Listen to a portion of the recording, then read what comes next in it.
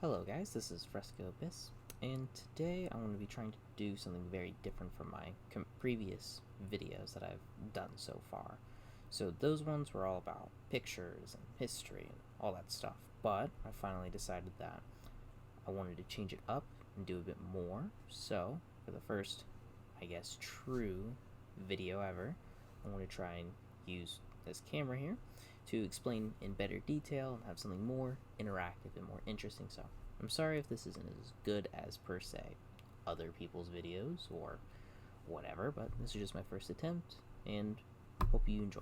Alright, so the Collimator K10-T site's purpose is to serve as a backup or main gun site with the aim of giving better accuracy for use with aircraft, ground crews, or emplacement crews in destroying predominantly aircraft, or to lesser extents, ground targets, with help from manually operated weapons, as in vehicles mounted weapons like a DsHK 12.7 heavy machine gun. The K10-T offers no manual adjusting within or on the exterior of the device's fixture, which means the mounting brackets onto the weapon itself have to be adjusted to correlate with the sights and the reticle by the crew, which is done by bore setting the weapon to the K10-T. However, now, after getting just a brief look at this, we're going to go back into the history of the K10-T, what it's done, who made it, all that stuff now. Later, we'll get into, all the aspects and what's in the kit. But for now, let's get to the history part. The K10-T's purpose found in most literature within the internet will refer to it as a site for tank-mounted DsHKs, but the K10-T was predominantly used in many mounted and stationary gun emplacements, such as on the top of a T-72 tank with a DsHK or a ZSU-23 anti-aircraft emplacement. The true main goal of the K10-T site is to shoot down aircraft as well as ground targets. However, to go a bit back into time before the K10-T even existed, there was the PKI site. The PKI saw heavy active use within the Mi-24P and MiG-21PFM as a backup or main gun site to help with various weapon systems. So, for the MiG-21PFM, the PKI was mainly used for the RS-2 US locked beam radar guided missile, alongside the RP-21. Alongside, the PKI was also used for rockets and bombs, whereas within the Mi-24P, the PKI is used only for the co-pilot if they need to take over the helicopter and still continue the mission against hostiles in various serious conditions, such as the pilot being incapacitated. The PKI, although larger, had a very similar body, reticle, and backup manual sight. The only difference between the two is that the K10-T has an extra plate in the front, a light filter, to reduce light exposure into the pilot's eyes while aiming with the reticle in bright conditions, being directly towards the sun or bright objects. An offshoot of the PKI with an adjustable elevation, inclination, and declination dial is known as the PKV. The PKV really only saw use with helicopters, specifically to name one series of helicopters, the Mi-8MT series, when using weapons such as rocket pods or Gov cannon pods. But this was pretty much identical to the PKI in functionality and theory. However, there were at least two Soviet aircraft that used the K10-T as a main gun site. The MiG-21PFM came out too early to get the K10-T, seeing as the MiG-21PFM was made in 1964. However, with that said, the MiG-25PD and Su-15TM were able to get the upgraded PKI site installed and saw active use with the K10-T. The MiG-25PD started production around 1978, and the Su-15TM started production around 1971. But I believe that the Su-15TM only saw use with the K10-T after they got their Typhoon M radar upgrade package. Before that, it should have been used with the PKI. My personal theory, which may or may not be correct, is any aircraft that used the PKI could probably be upgraded relatively easily to use the K10-T, as it was very similar. However, with that said, it would have to depend on the time and have a justifiable cause. A MiG-21PFM by 1970 was probably not seen as a worthwhile upgrade, as by this point the MiG-21SM was already in full active service. There is a special variant of the K10-T where it was given all the mounting hardware for direct mounting to an anti-aircraft gun emplacement, like potentially the ZPU. Those versions have a metal hood over the K10-T for protection and to mitigate light interference, as well as having a large metal arm mounting bracket with an extrusion on the storage box to contain the full length of the mounting arm while being in storage. Alright, welcome back. As per the usual Soviet tradition, these sights would be made in more countries than just the USSR alone, such as the Polish Soviet Socialist Republic, Bulgarian Soviet Socialist Republic, Ukraine Soviet Socialist Republic, and the Czechoslovakian Soviet Socialist Republic. Oof. These can be all identified by... Alright, so Poland uses a circle 131, which can either be at the top or the middle here on the very front, along with the serial number and the device's name. Bulgaria, however, uses either nothing but the serial number and the name, as you can see here on my example, or they will also have a circle 21 at the top, denoting them to be made from Optical Electron, which is a military optics manufacturing company currently still actively running and based in Bulgaria. Czechoslovakia also made the K10-T as well, however their version of the design has the most changes. The main change being the use of a heavily used metal preservation finish that can be seen on many Czechoslovakian and some Polish military products, like for instance their PNV-57As. So let me just move this guy real quick to somewhere that's a little too precarious. We'll just put them right here. Right here have the PNV-57s. Now if I flip them around, if you look right there, the PNV-57s have that super specific and interesting texture to them. It's a little bit different in photos, but it's pretty much the same format and same finish. This one's just very dark, but it's lighter. And then you will see the two crossing swords right there. I may have to supplement with a picture, depends. But the two swords and all that stuff denoting that this is made in Czechoslovakia. And it is also, if I remember correctly, on the back as well? Yes. It's also on the back, but that's just for the PNVs. But anyway, less so of those guys, and more so of this guy. We'll put him back right there. But anyway, going back to the main topic at hand, the K10-T, basically, the easiest way to determine if something is made in Czechoslovakia, and this goes for any of their military products, is the fact that if you see the two clashing swords, and usually they have a different finish. It's never like this matte, or I don't think this is bluing, but sometimes it's blued, so it's like a shiny and type of finish as well. And now for Ukraine. Ukraine had a large factory emblem right here in the middle with a hammer and sickle on it for their K10-Ts. Alternatively, they can just be found with the emblem without the hammer and sickle in it, which it should be, or most likely is rather, a later production after probably mid-70s or early 80s most likely.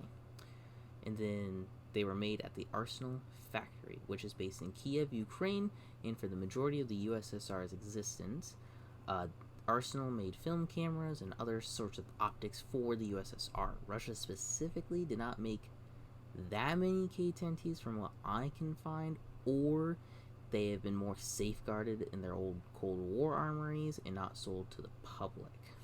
While finally, the main Soviet part of all this, the USSR only put the name of the device, the serial number, and then right underneath the serial number, somewhere around here at the very bottom, there'd be the year of manufacture, and within the year of manufacture there'd be a box with an X in it. So for example, 1984, there's an X box with an X in it, and a I forget what it's referred to in Russian, but most people in the United States call it R. Sorry, I just can't forget it. I just can't remember it. I'm not gonna bother looking it up.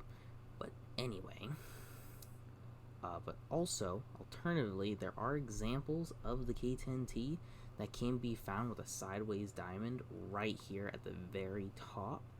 However, at this moment, I cannot find out the name of that factory. For whatever reason, I just can't find it, and I can't find my source that had all the names and images associated with them. So that is just a super rare variant, as I want to call it, that you can find. Now, to me at the very least, and especially if you look on the internet to find out when these were actually made, most seem to be made during the 80s to mid-1980s. But there have been outstanding examples, of course, where the earliest I've seen produced was in 1970, which was a Polish version, Circle 131, and there was another one from Czechoslovakia made in 1977. But those are by far the earliest dates that I can truly find. So this site was most likely manufactured from about 1970, 1971, all the way to probably about either 89 to 91.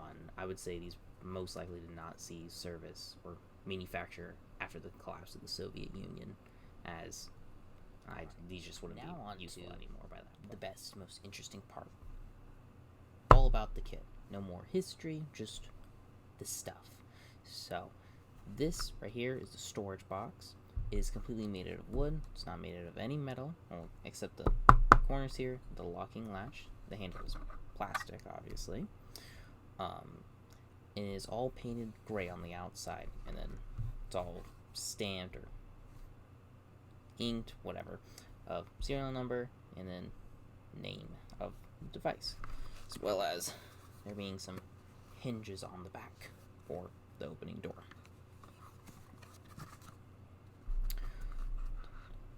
And then the metal covers right here obviously are meant to keep everything rigid and together, and it also does provide some protection against, scrapes, bings, and bangs, and whatever. And now, within the storage box, mine is a little bit, I guess so you could say, decrepit. But, so some stuff is just a little loose. This is supposed to be glued in, as well as another one right beneath of it, but it's fine. So, on the inside now, let's look at the top here. Let me get a better. It's probably going to be a bit difficult to read any of that, but I'll supplement my own pictures as well. But just to go over things real quick, on the very lid of the box, there's a picture right here, and this is very common in most Soviet, I'm going to call them kits, where it's just the full package of what's included for a device. But there's always a picture at the top, and this just shows everything that should be in the kit. Sometimes they're numbered in the picture, and each number will correspond to this little data sheet right here. Really just depends. And then under, this is jutting out, by the way, so that the service manual and passport, or whatever it's called, certificate, there it is, resides under it. And then there's also, on some corners, this sponge-like material. I think it's sponge, I don't know. Sponge-like material, just to soften things for, just storage and transit and whatnot. Over the years, though, especially with this, the sponge has deteriorated a little bit. And so now there's a nice line of sponge everywhere inside. But anyway, and also to go back onto this topic, these are all basically styrofoam pieces to just hold everything in place. So the K10-T, and then all the other accessories right here that we'll get into in a moment. However, strangely enough, the packing list and the instructions and certificates are all in English. So, all in English. So, this leads me to believe that this was most likely made for export only. So, made, export, don't know who you'd export it to. Africa is my likely assumption, or somewhere in Asia. But then, and also, this is an actual manual for the site. It's not like someone printed this off. You can find some other, like, Bulgarian, because this is Bulgarian, K10-T manual sites, and they have the exact same line and same number code right here. It's just all in Bulgarian. So, there is that as well. Now then, since I have the manual and certificate in my hands, I'll just go over those real quick. So your certificate is really nothing special. It's your typical standard Soviet certificate for a device. So it'll just give some quick parameters, all in English of course, some quick parameters of just the device in question, how well it is, how it should work, how long it should last for, all that stuff. And then, if I could turn pages, that is, it'll usually have a bit of a sheet as well. This is like the main contents of the kit as well, just to make sure everything's there. So light bulbs, all that stuff. And then on this page it's service period and how long it should be stored for, how long it should be used for, when it should be refurbished, and all that stuff. And then you have person's signature denoting that it's been verified, it's been checked, it is all good to go, it is military product approved. And then the rest of this is pretty much just operational logs of if something happened, what do you do to it when you install it, all that stuff. And then here is the main manual of the site, K10-T. It is very, very useful, especially in making this video, as if I could, operate pages. There we go. So here's the contents page. If I can get that nice and close. So all it is that the manual goes through its use, how to understand everything, what's in the kit, and how to service it, basically. So throughout it, there are a bunch of fun, useful diagrams on how to understand things, and more specifications. Figure and examples on how to properly lead a target. And what's another fun thing to know? Okay, here we go. And then just as like another random example, another figure explanation of how a light illuminator works. So very useful and actually understanding the site, as not a lot of people, from what I can read, don't know how to truly work it. So that is also very useful. And now, since we're here, we can get into the contents of the main box. So the first item, the main point of this whole video, is the K10-T. Now the K10-T, which has a light reflector on it, or light filter, correction, this is the reflector, this angled bit, has a pressure spring button on the side right here that once you depress it in, it'll move an arm down within this track, and then that allows you to move it down and up, so that when you're firing it, if the sun gets a little too bright, you can just throw out the filter to get some light out. But yes, and then on the side of the device, as you can see, there is a backup mechanical manual. I would say manual. The manual itself, though, says mechanical gun sight. This is just a backup in case of the actual sight itself does not work. And yeah, that's pretty much it. It also has a luminescence on it to glow in the dark, basically. Alright, and then we will put that right there. Alright, and now for the second item. The second item here is the cover. This is really self-explanatory. It is just a cover that goes over the sight, and you just tie it at the front. And this is just to protect the sight when not in use. So it's already installed on something, and you just want to put this on to protect it, basically, from unnecessary damage and to prevent moisture accumulation. What a bag would be for. So we shall put him right there. Alright, now that we have the bag out of the way, our cover, we can now get into more of the interesting stuff. So this one right here is the illuminator. So the illuminator has a bayonet style connector, so those hooks right there that hook onto the K10-T itself, like so. And then the illuminator as well has a spring inside that makes you have to depress it to either to take it off and to put it on. It just adds pressure to the divots here, just to make sure you can't easily nudge it out. And then the illuminator, by its name, holds the lamp and it also turns it on to power up the device, so you can see a reticle on it, obviously. And then to do that, you just obviously power this cord up. But as well, within the illuminator is this Bakelite plug thing, and within the Bakelite plug is it's a little hard to see, the lamp holder, which holds the lamp, and the lamp bulb.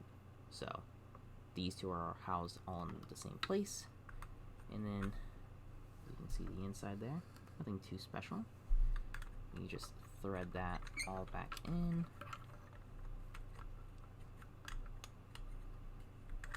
Apparently I cannot thread. Ugh. Here we go. And I have now tingled everything. But anyway,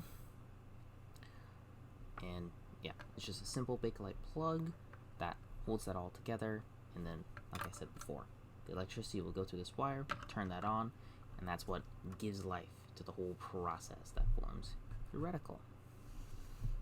Alright, now the fourth main item here is the rheostat. Now the rheostat is just to, once it's hooked up to the K10-T, it provides you the ability to dim and brighten the reticle with text there that I forget what that says, but you can just turn this left and right and it will alter the wattage that goes to the lamp holder, which holds the lamp bulb, which then will make either dampen or brighten the reticle brightness. Now, for the last items, they're all fairly small items, so I'm just going to go through them a little bit quickly here. So, within right here, this styrofoam, I guess, safety box, whatever, houses 10 extra additional light bulbs, so in case if the main one burns out, or after a while it kaputs. You have 10 replacements right here. Now, most of these are a bit corroded because it wasn't stored in the best conditions for its life, but here's a more nicer one. It's just a standard 27 volt light, so very standard. They're not hard to find per se, and you can definitely get modern day ones that are probably similarly made in spec, different of course, but it's not impossible to get a hold of them. And then there is an extra light filter, well, that's the reflector, and then the light filter. And these are wrapped in like a wax paper to prevent them a little bit better, and I'm not going to take them out because I like them to look nice, in case if I ever need them, which shouldn't, but you never know what'll happen. And then, here's a silica gel packet, an old one from, 1980 something, so this guy is definitely, he's no longer usable, but I like to keep it in there because it looks cool, and that's what it was in there originally. And now for the main last things is more like this waxy paper stuff, is some screws for mounting the rheostat right here, and then an extra lamp holder in case if for whatever reason the last lamp holder in the illuminator gives out on you for whatever reason, but you have an extra one. Only one though. But that pretty much is all it for the K10-T, for the interior and all that good stuff. But now, time to move on to the how to use. As a small preface for the information I'm about to discuss in this next section, all the information that I mention here will also work on the PKI and the PKV, the other versions for the K10-T, as all three of these collimating sites use the same or very similar reticle schemes and may or may not have more graduations. I believe it's the PKV that has more graduations, divisions, as well as it's known. I'll explain that later, but either way, they all function the exact same in calculating lead, range finding, and all that other stuff. So, as a word of advice. Alright, now for the interesting stuff, finally.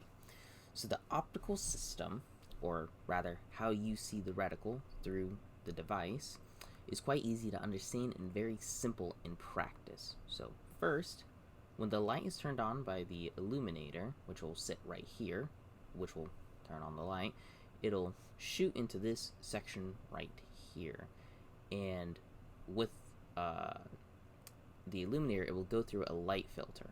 Once going through that light filter, the light from the lamp will go onto the reticle surface. The reticle itself within the K10-T has varnish and transparent silver painted strokes on the glass reticle piece that form the reticle projected onto the sight up here. And then after that is created, it will go through, so let me try and position better, there we go. It'll go through here onto this surface right here, which is the mirror, and it'll hit this mirror. After hitting this mirror, it'll go up into three magnifications to enlarge the scale of the reticle. And then after it gets through these three objectives, it'll then be displayed onto the reflector. The reflector at the top is what the user sees, and the reflector represents a plano-parallel glass plate with a chrome-plated reflecting surface that allows the reticle to be captured onto the reflector. If needed, in front of the sight is another light filter, although hinged this time, obviously as before mentioned, and can be deployed or recessed in case of light conditions are too bright. But that is pretty much how the K10-T gets its reticle. And with that said, let's do that now. So, we shall get the light illuminator out and throw that guy there, I guess. We will just connect this as usual. And then with my handy dandy, I don't remember the name of it, whatever, but all I have to do is connect these. And now, all I have to do is supply this with a voltage of 27. Like to be a little careful. There we go. And now, if I tilt this the correct way, there we go. Oh, oops. Oh, there we go. I'm really not good at this. Sorry, but you can see the reticle there. This is the natural, original lamp, light bulb, whatever you want to call it. And I'll supplement my own pictures just so you can understand it and see it better later, as well as a diagram for all of everything that I mentioned. But anyway, that is what the reticle looks like. And then with the rheostat enabled to it as well, it'll just brighten and dim it via the wattage, as I said before. But anyway, that is enough of that, and we shall get on to the next portion. First off, some terminology that needs to be gone over real quick before going over anything else about how the sight works. So V-mean is the bullet velocity relative to what you're shooting with. Height is the flight altitude, and then V-targ is the speed of the target, obviously. Now, aspect, which is a little confusing, but hopefully this can summarize it fairly well, is determined by the length of the aircraft. So if the aircraft is 15 meters long, then it gives an aspect of 4 out of 4. Meaning each 1/4 of an aspect is 3.75 meters. Each aspect represents a certain portion of space within or outside the reticle to use. The two circles within the sight, the smaller and larger circles, represent where to place the plane for lead. These two circles for lead are intended for use at a distance of 400 meters at a V-mean of 690 meters per second and a height of 4,000 meters. So, for two quick examples, if V-targ equals 400 kilometers per hour, and the reticle rings correspond to an aspect of 3/4, or 11.25 meters.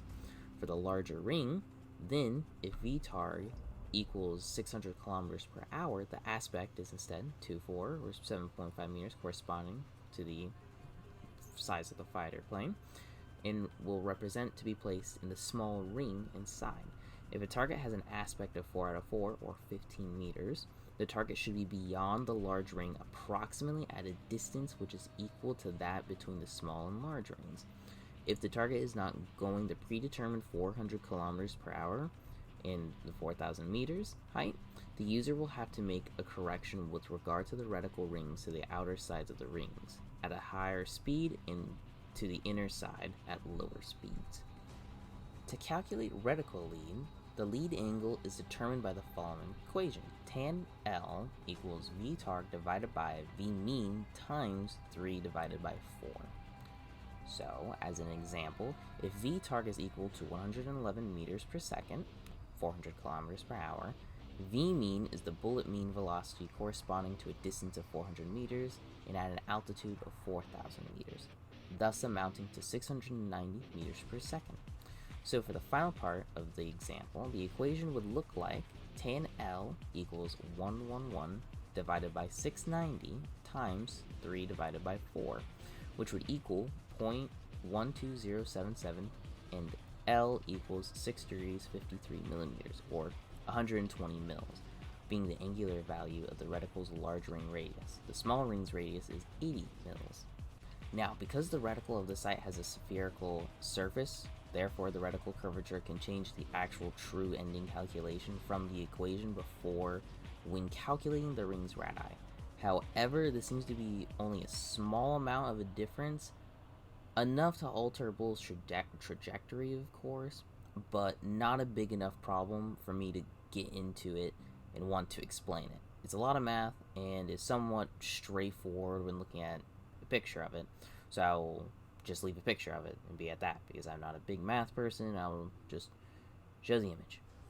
Within the small circle contains 4 divisions at respective north, south, east, west positions. These divisions are used as a rangefinder for aerial targets. Each large division is 20 mils, and each small division is 10 mils. The angular distance to the target from the shooter can be determined by the total length, or wingspan, taken as a base while also being placed within these divisions. So, if the length of a target is 15 meters, the aspect is 4 out of 4, and the aircraft would cover 3 divisions on the reticle, so 30 mils, when lined up from the very center of the reticle. So, that lets you make the following equation. D for distance equals 15 times 1,000 divided by 30, which gives you the information that the target is 500 meters away. And the 15 represents the length of the aircraft, or wingspan. 1,000 is a baseline, and then 30 represents the mils that you got from the sight reticle. Now for the backup mechanical sight. If for some reason the main optic gets damaged somehow, or stops working for whatever reason, to the right side of the collimating sight is the mechanical sight, which is parallel to the axis of the collimator sight with an allowance of 10 millimeters and is shifted right by 34 millimeters. All the user would need to do is position the middle post with the smaller circle to have a center aim. Moving it into the larger circle is to account for lead on the target. The circle, the front and the front post both have a luminescence applied to them for use in nighttime conditions. However, on my example, mine crumbled off. I accidentally, stripped it with my fingers, and then it all broke off. So, just keep in mind that yours will have a bead of the same luminescent material. Mine, oh well. But, just keep in mind. Watching this video, I'm sorry if it's not entirely the best, most spectacle, amazing production as some other people have been able to make regarding stuff like this, but I hope it was somewhat tolerable and enjoyable, and hopefully you learned something very cool and interesting, and I don't know how this would ever help you, but either way, thank you for watching. and I really do appreciate you sticking throughout all this time and watching throughout the video. So have a good rest of your day.